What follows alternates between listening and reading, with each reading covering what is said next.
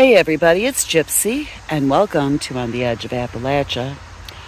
So today's Monday. It's just a typical Monday. I'm just kind of puttering around the garden, doing some weeding and cleanup. I have to show you this. So the deer, they attacked my sunflowers, and I thought this one was just going to die. But I noticed this morning that it's not. And this head was like turned around and reaching towards the sun as sunflowers do. And, it was hanging down this way. Just like I thought it was gone. But no. So I used my masking tape that I use for painting, when I'm doing painting pictures and stuff. And I taped it up. I could not get it totally straight. But I did get it up more, so the flower head had an easier time, didn't have to twist all the way around. So I don't know. I mean, these are beautiful sunflowers.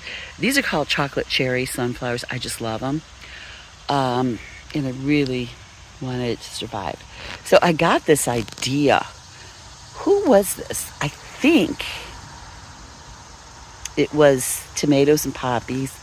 When she accidentally breaks one of her, partial break, her tomatoes, she tapes them together and it re-roots and it still keeps producing tomatoes. Now, this is not a tomato. It doesn't work the same way, but I thought, for its lifespan, and I can get a couple more flower heads on here, I thought I would try her method. So hopefully it works. So this is just a little update on the house plants that I planted from seeds. Now, I planted these on July 21st. And these are the polka dot plants. I'm trying to get this in focus. I don't know if you can see, but they are just starting to get their second set of leaves. So that's the pink polka dot plants. The coleus over here, I was very worried about because it just wasn't sprouting. But I just noticed right there is one coming up. So hopefully I get more. I know all of the seeds I planted in here did not sprout. I only got, 2, 4, 6, I got 8 of them sprouting. So hopefully I get more. These are black dragon coleus, very beautiful plant. So we'll see what happens. Okay, so I wanted to show you this too. The other day I was at the grocery store. It was a couple days ago. And they had echinacea, coneflower, in pots for sale. So of course I wanted one. I'm hoping that now that I have it out of the pot, it will grow more to its full size. But here's the thing with grocery stores. And I think Walmart's the worst.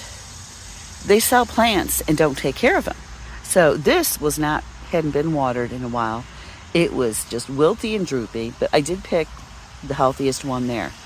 I brought it home and before I put it in the ground, I just watered it really well and I let it sit overnight. And yesterday I put it in here. Now, I am thinking, I don't know, should I deadhead? But then I would like to just go to seed and, because one can never have too much echinacea. It is a very important herb and it's beautiful. And it's purple, which is more important. So, yeah, I think when these stores are going to sell plants, if the store is not going to take care of them, then they need to discount the price. I remember one time, I was in Walmart and I was looking at some houseplants. Well, they were practically dead. I mean, they were brown. They looked disgusting. And I asked the saleswoman, I said, since these are in such bad condition, would you be willing to discount the price? And she says, no, we don't do that. And I was like, you have got to be kidding me. I said, these are in very, very poor condition. I mean, the chances of me being able to save it were slim, but I was willing to try. But no, they wouldn't. This was Walmart. So I just don't buy plants from Walmart anymore because it should have been discounted. So yeah, this was, bad condition, but not as bad as the ones I saw in Walmart. So As you can see, the leaves are looking much healthier. Flower heads, I'm hoping they go to seed. So, yeah. So I've never grown these green beans before. I don't know how well you can see them again. The sun is very bright this morning. These are called rattlesnake pole beans. Now, as you can see, they got hit real hard by the deer. The deer just love these. But despite the amount of attack they took, I mean, the day after I got that situation with the deer